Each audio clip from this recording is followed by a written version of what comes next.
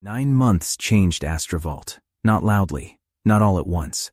The city did not become peaceful. Peace did not exist inside the Eclipse games. Peace was a word people used outside the walls when they wanted to forget what the walls were for. But the killing slowed. That was the first lesson Kenny Rain learned after surviving the opening months. The first weeks had been madness. Blood in streets, bounties flashing hourly, contestants testing reputations before they understood what reputations meant. Every alley had smelled like desperation and cheap adrenaline. Then the easy dead ran out. The loud ones died. The stupid brave died. The ones who thought fame could protect them died. After that, Astrovault became something stranger. It became political. Districts formed quiet borders. Contestants stopped walking alone unless they wanted to be remembered on a slow-motion replay. Food routes gained protection crews. Medical stations became bargaining tools. Lower markets started paying tribute to whoever controlled the block that week. By the 9th month, the city no longer felt like a battlefield. It felt like a country made from locked doors, armed treaties, and smiling enemies. And beneath District 17, in a bunker gifted by Obsidian Mercy Security Group, Kenny Rain, Pines Var, and Lyra Voss stayed alive by doing something very few contestants had the discipline to do. They kept low. They trained. They shared everything. Every sponsor crate that arrived was opened in the center of the room and divided without argument. Medical supplies were counted. Food capsules stacked. Water filters labeled. Armor plates tested. Weapon oil shared. Even bonus credits were logged into a rotating fund Lyra insisted on managing because, in her words, Pines had the financial instincts of a raccoon holding a stolen wallet. Pines objected every time, then proved her right shortly after. The bunker had changed over the months too. Not much from the outside. The entrance was still hidden beneath reinforced service routes in District 17, but inside it had slowly become theirs. Kenny's weapon bench sat in the far corner, immaculate. Twin daggers rested there when not on his body, although they were rarely far from reach. Pines had claimed the left sleeping pod and decorated the wall beside it with stolen betting slips, sarcastic sponsor stickers, and a hand-drawn ranking chart titled, "People We Should Avoid Until Absolutely Necessary." Lyra had claimed the right side of the room near the supply shelves. Everything there was ordered so perfectly that Pines once moved a ration pack 2 inches to the left just to see what would happen. Lyra noticed within 7 seconds. He never did it again. Kenny slept least, trained most, spoke rarely. Every morning, if Astrovault still counted morning beneath its artificial sky, Kenny exercised until sweat cut lines through his skin. Push-ups, core holds, shadow footwork, balance drills with eyes closed, breath work in complete darkness, then sparring, always sparring. Lyra was fast and unpredictable, all angles and tricks, laughing when she nearly landed a strike and swearing when Kenny saw through it. Pines fought dirtier. He used elbows, knees, chains, walls, insults, thrown tools, and once memorably an empty ration tin. Kenny adapted to both. That was what frightened Lyra most. Not his speed, not his silence, his learning. Every time she found a gap, it was gone the next day. Every time Pines caught him with something cheap and clever, Kenny remembered. 9 months turned them from 3 survivors into something closer to a unit. Not family, not yet. But close enough that when the bunker alarm sounded one gray artificial morning, all 3 were already moving before the announcement began. The screen flashed gold. "Attention, contestants," said the smooth voice of the Eclipse system. "The second official challenge will begin in 24 hours. All remaining contestants are ordered to report to Arena District 3. Failure to report will result in execution by Arena Authority." Pines, hanging upside down from a support bar doing abdominal raises, groaned. 24 hours notice. How thoughtful. Murder with scheduling. Lyra looked up from sharpening her hook blade. "About time. The city's been too quiet." Kenny stood near the screen. The board updated. Contestants remaining. 279,400. Kenny's eyes remained on the number. 40 deaths in 9 months. The pace had slowed exactly as Pines and Lyra said it would. Then the rankings appeared. Current top rankings: 1. Merrick Vale, 18 kills. 2. Kenny Rain, 16 kills. 3. Vara Kest, 9 kills. Just beneath the visible ranking cutoff. 4. Lyra Voss, 6 kills. 5. Pines Var, 5 kills. Pines dropped from the bar and landed badly. Merrick Vale? Who the hell invited that dramatic furniture name? Lyra's face tightened. You don't know him? Should I?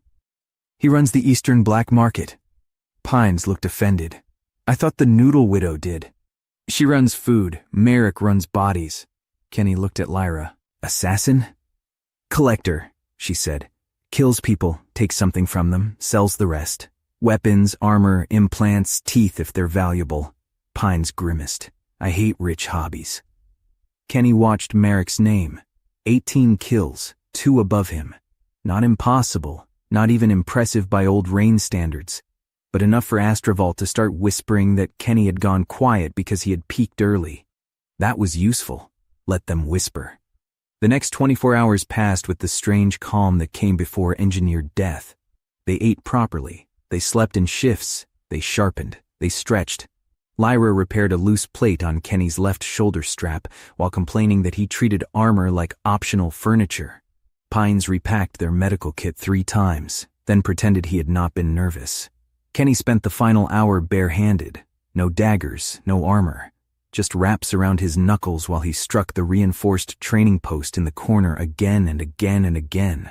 Pines watched from his pod. You planning on punching the challenge to death? Kenny hit the post. Maybe.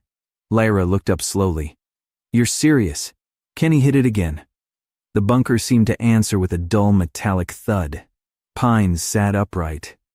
Mate, I love a dramatic choice, but you own knives that make people rethink religion. Kenny stopped. For a moment he looked at the daggers resting on the bench, then away. They expect the blades now. Lyra understood first. Pines followed a second later. He sighed.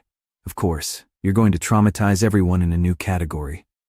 The next day, Arena District 3 was already packed when they arrived. All 279 remaining contestants had been ordered into attendance. Some stood in the arena floor holding zones. Others filled spectator platforms. No one knew who had been selected yet. The arena was different from the first challenge. No elegant dual cells, no polished bracket screens. This arena was a circular pit surrounded by 10 elevated entry gates, each marked with a number. Above the pit, a huge countdown timer glowed red. 10 o'clock, 9:59, 9:58. Pines leaned near Kenny. That doesn't feel friendly. Lyra scanned the arena. No, it feels expensive. The announcer appeared as a 20-story hologram above the pit, smiling beautifully. Welcome remaining contestants to the second official challenge of the 10th Eclipse Games. The crowd noise lowered. Today's challenge is simple. The screen shifted. Target contestant Kenny Rain. Pines went very still. Lyra whispered, "Oh, that is filthy." The announcer continued, 10 contestants will earn the right to face Kenny Rain in a sanctioned 10-against-1 combat event. The arena erupted. Some contestants cheered, some laughed, some stared at Kenny. Pines turned toward him immediately. No. Kenny did not react. The announcer smiled wider. Any contestant may volunteer for the 10-person squad.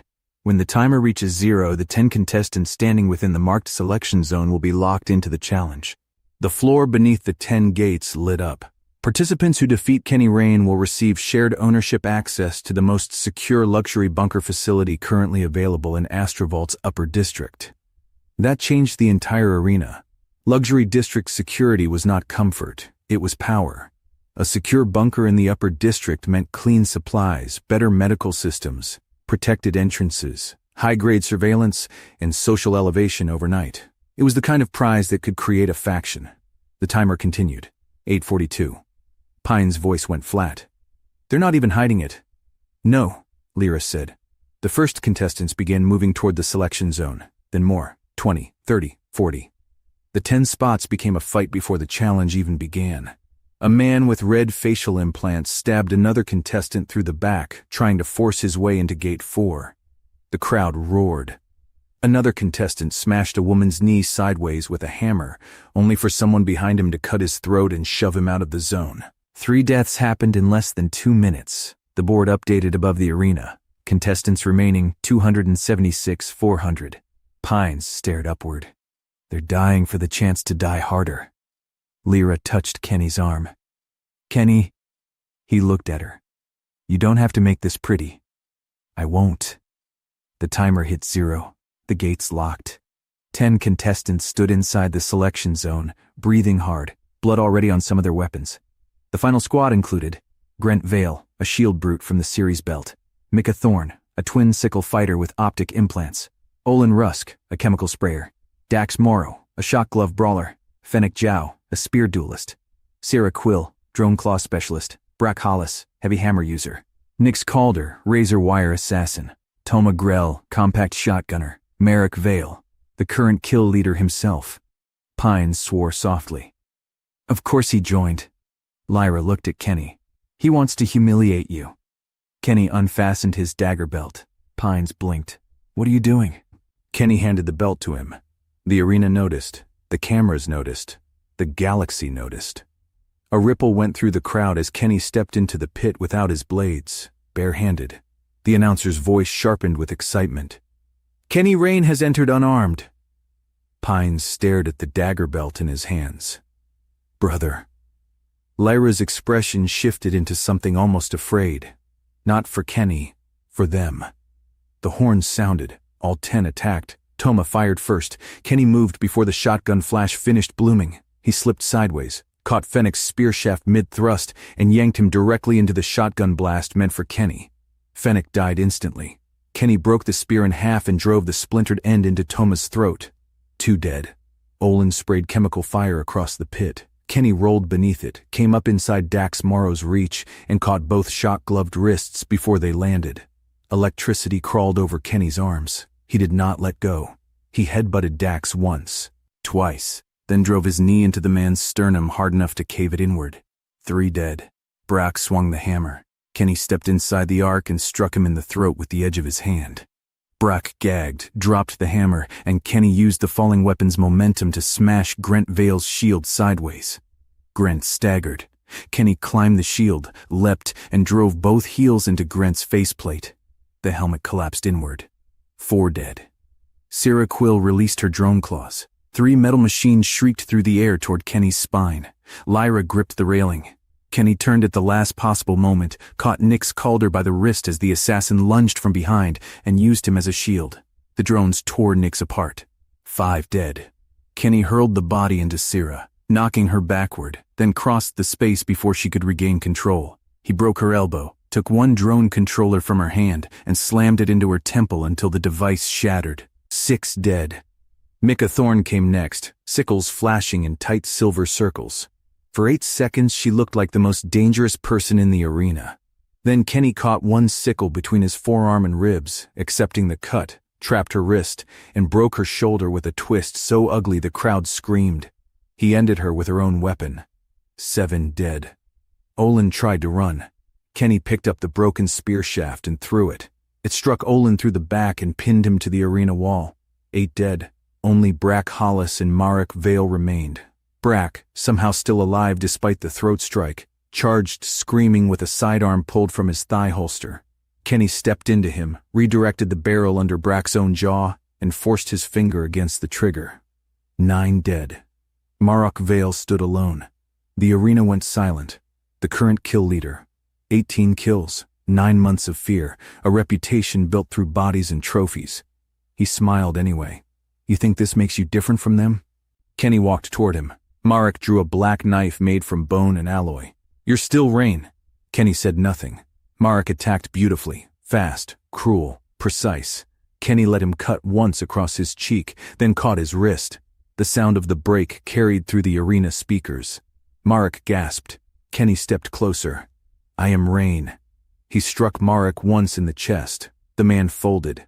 Kenny caught him before he fell and spoke quietly enough that the arena microphones had to sharpen his voice. But not like them. Then he broke Merrick's neck. 10 dead. The arena did not cheer at first, it simply stared. The board updated. Contestants remaining, 266,400. Kenny Rain stood alone in the pit, barehanded, blood running from his cheek and forearm. The rankings changed. Current top rankings. 1. Kenny Rain, 26 kills. 2. Vera Kest, 9 kills. 3. Lyra Voss, 6 kills, just beneath the visible ranking cutoff. 4. Pines Var, 5 kills. The announcer's voice trembled with excitement. Challenge complete. Kenny Rain is victorious. Another notification appeared above him. Level increase detected. Contestant, Kenny Rain, Level 3. Reward, Luxury District's secure bunker facility. Sponsor offers received, 3. The arena erupted. This time, the sound was unmistakable. They cheered. Kenny looked up at the cameras. For the first time since entering Eclipse, he spoke to the galaxy. My family taught the universe what a reign was supposed to look like. The arena quieted around his voice. They taught you swords, ceremony, discipline, honor polished until it hides cruelty. Pine stared from the spectator rail. Lyra did not blink. Kenny continued. I am not that. Blood dripped from his knuckles onto the arena floor. I am not the sword they threw at me. I am not the stance they trained into their sons. I am not the story they sold you. He looked directly into the nearest broadcast drone. I am different. A pause. Then, and I'm proud of that. For 1 second, every screen in Astrovault held his face. Then the city exploded. Viewer numbers surged. Public favor spiked. Sponsor auctions opened live. The 3 new offers flashed across his interface. Helioforge Combat Medicine, Black Halo Apparel, Mercyline Tactical Housing. Above them all, the luxury bunker reward confirmed transfer to Kenny's squad. Pines finally exhaled. Well, he said weakly, still holding Kenny's daggers. That's one way to do public relations. Lyra looked at him. He just changed the whole games. Kenny walked toward the exit gate as arena medics and camera drones swarmed around him. Pines and Lyra met him at the tunnel entrance. Pines handed him the dagger belt. Kenny took it without a word. Lyra looked at the blood on his hands. You all right? Kenny looked back at the arena, where 10 bodies were being removed from the pit. Then he faced forward. Yes. Together, the 3 of them left the challenge behind. Above the exit tunnel, the board still glowed for all Astrovault to see. Contestants remaining, 266,400.